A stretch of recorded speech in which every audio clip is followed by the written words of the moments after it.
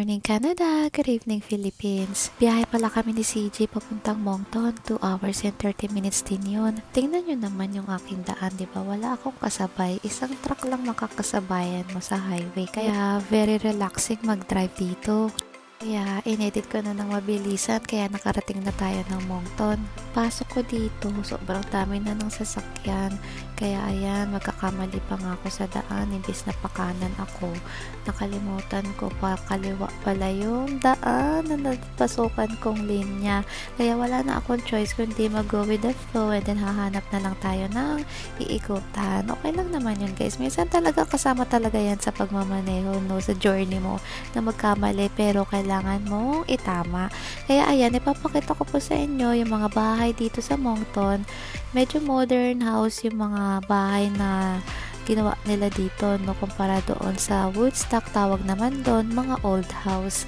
Kaya ayan, nahanapin ko na yung street papunta kina kuya ko. Tempuhan lang din pala makahanap ng bahay na mura dito. Tsatsagain mo lang talaga. Meron rin namang mga apartment na pwede mong marentahan dito sa Moncton. Even sa Woodstock, meron din namang mga apartment. Magandahan lang sa bahay. May sarili kang garage at saka maiikutan ng mga bata.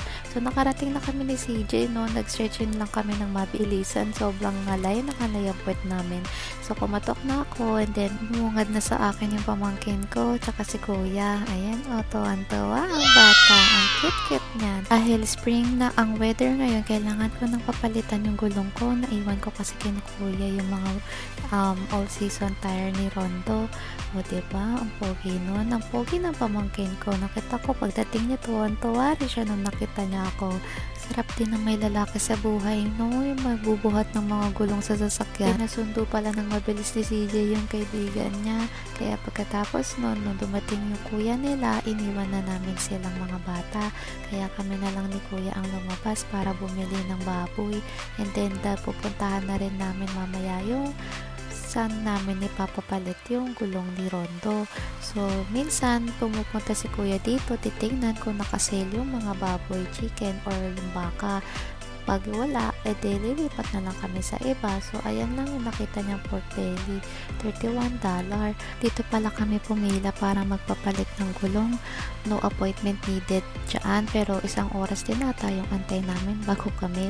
Okay lang yun guys. Kasi $65 yung binayad ni kuya ko. O diba, thank you Lord ka na lang talaga. Feeling blessed kasi may kuya kang gumastos ng tire change mo. Thank you kuya. Naghanap pa rin kami ng magandang pork belly pala dito sa Sobeys. Nakahanap si kuya, yan na yung kinuha niya. Kaya pagkatapos nun, meron pa rin kami dinaan ng iba dahil may mga bisita siyang dadating kinabukasan. So bumili rin kami ng chat time na wala rin ito sa Woodstock para sa mga bata. At pagkatapos nun, umuwi na kami and then dito na kami magdi-dinner. Dito pala nagtatrabaho si sister-in-law. So thank you so much sa libre. Maraming salamat at na-enjoy namin yung gabing ito.